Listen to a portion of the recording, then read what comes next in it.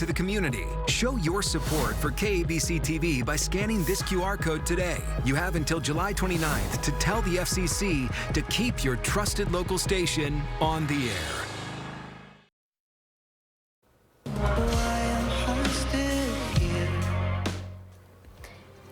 Now at 6 a.m., from performing at major festivals like Coachella to being charged with murder, we have the testimony shared at singer David's preliminary hearing so far, plus what's still expected next week.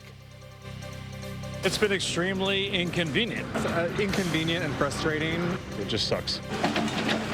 Breaking overnight, Sunset Boulevard is back open to traffic, but some neighbors and business owners tell us they're frustrated after more than a week of extra traffic and noise. Uncomfortably hot in California, high heat making things really unbearable as you step outside. How you could prepare and stay safe this weekend. Now, Southern California's news leader, ABC 7 Eyewitness News. Gonna be a hot one out there. Good morning. I'm Irene Cruz. And I'm Tim Caputo. This hot streak continues across Southern California, and health officials warning of elevated risk of heat illness. And it's not just extremely hot, it's also muggy, which limits overnight cooling. Some of the people we talked to say they're trying to stay cool indoors. One of those things that creep up on us, and yeah, we have to get creative, especially with young ones, to get them out early and then keep them inside. Put on some sunscreen, drink some water. I think the water for the little ones is the most important. Getting creative ways to get some liquids in them. Others say they're headed to their nearest city pool to stay cool this weekend. And my man is right. If you got young kids, it is especially hard. Our playground is packed at 8 o'clock in the morning. By 9:30, everyone clears out, and you essentially have to leave the outdoor spaces till late at night. Dominique Newland joining us now. I know the heat has been around, but like it's continuing to be hot. And this weekend, a lot of folks hitting 100. It is. It's really a little bit of a mind game, too, because even during these early morning hours, it's still warm out. And maybe if you're out in the evening as well, you're out in a restaurant, then you come out, walk outside, still warm conditions. Of course, nothing like those afternoon peak heat times, early evenings. But this is the time of the year. Definitely listen to your body. Take it indoors if it just gets too warm for those kiddos, too. As we take a look at our LAX camera on your Saturday, 70 degrees out there. You can see that humidity clocking in at 84%. We are talking a little bit of that moisture lingering in the air. Along the coast over in Malibu, 67 degrees. Currently all clear skies. That humidity even higher along the coast with a lot of that water. Now, as far as extreme heat warning, this is what you need to know. So if you have any outdoor activities, errands, taking the dog out, maybe you want to go for a walk or a jog, this is the time to do it, because later on this afternoon, that heat's really going to kick up into gear. You can see this extreme warning is set to expire Monday at around 8 p.m., but we are looking at mostly triple digits across our board. Really dangerous heat. So hydrate, light clothing, but yeah, you can definitely, if you're headed out, wear the tank top, t-shirt. It's nice. It's warm. Tim and Irene, I'll send it back your way. All right, Dominique, thank you. Breaking overnight, it took more than a week, but Sunset Boulevard is finally open after a massive water main break forced it to shut down. Just a few hours ago, the first cars drove through the stretch of that famous roadway that had been closed between Sherbourne Drive and San Vicente. Crews worked 24/7 over the last week to get those repairs done. Wasn't without obstacles. Earlier in the week, a small leak popped up as workers were filling in that hole. And then on Thursday, a second main break spewed water onto the street. Members of the community, they're still feeling frustrated as they recover from the damage that break caused. Super frustrating because we have businesses to conduct, we have life to live. People can't come visit, I can't leave. I have to consider everything even more difficult than the last day because who knows what's changed, and then I hear there's more leaks and more things are shutting down, so I really can't plan for anything. In the next half hour, we are taking you live to West Hollywood as things start to return back to normal. New details in a shooting involving sheriff's deputies in Bellflower. The man who was shot has died from his injuries. This happened just after 9 last night on Artesia Boulevard. Sheriff's deputies say they were responding to a report of an armed assault suspect when a confrontation led to gunfire. The man was taken to a local hospital where he later died. No deputies were injured. On Monday, prosecutors will present more evidence in the preliminary hearing in the case against the singer known as David. We're expecting to see more text messages from that 14-year-old victim whose remains were later found in David's Tesla.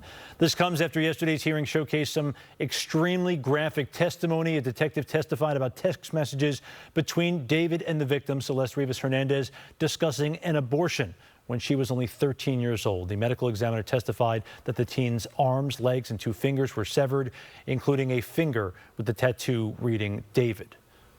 I think that at the trial itself, the evidence may be even more gruesome. Right now, we're talking about very experienced lawyers, a judge who's been doing this for almost 25 years. They've seen it all, but jurors have not seen a case as horrific as this involving the murder of a young girl. That shock and awe is going to be very powerful and going to be very difficult for anyone to watch. This hearing itself will determine if there is enough evidence to take this case to trial. Prosecutors say those text messages showed David killed Rivas Hernandez after she threatened to go public with their relationship. David, whose real name is David Burke, has pleaded not guilty to all of the charges he's facing. President Trump addressed journalists at the rescheduled White House Correspondents' Dinner in Washington. It comes 3 months after a Torrance man was arrested accused of opening fire near the original dinner. Eyewitness News reporter Tim Pulliam has more on last night's event. After hearing the gunshots, many people yelled, get down," which caused Nicki Minaj to start twerking. Do you believe it? Get down. She's the only one that really understood what that meant. President Trump trying to make light of that attempted assassination on his life during Friday's redo of the White House Correspondents' Dinner. Officer Gonzalez engaged the attacker without hesitation and took a bullet to the chest after his ballistic vest, fortunately, was on, saved his life. The dinner moved to a different hotel with ramped-up security. Back in April, a man was caught on camera running past a checkpoint armed with a long gun. Gunfire could be heard outside the Washington Hilton ballroom. Inside, chaos erupted in the room full of journalists and government leaders. President Trump forced to take cover. Cole Allen from Torrance hit with federal charges, including attempted assassination of the president. The 31-year-old has pled not guilty. We settle our differences not with bullets, but with open and vigorous debate.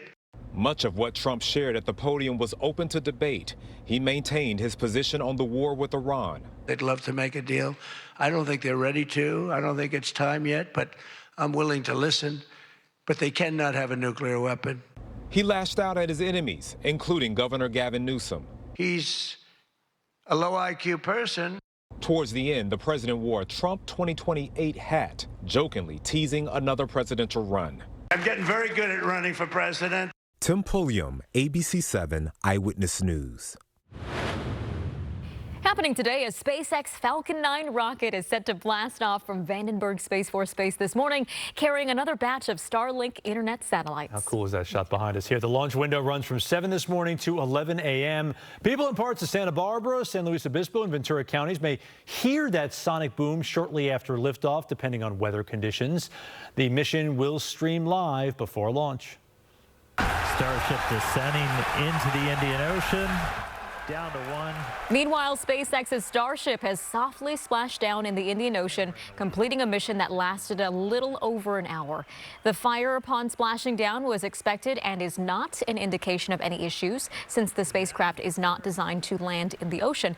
This was the company's best flight test to date and the first since going public. Well, you may have noticed that it still stinks in many parts of L.A. as Lineage Logistics is responding. Details as the cleanup continues at the warehouse that burned in Boyle Heights, leaving that stench of rotten food in the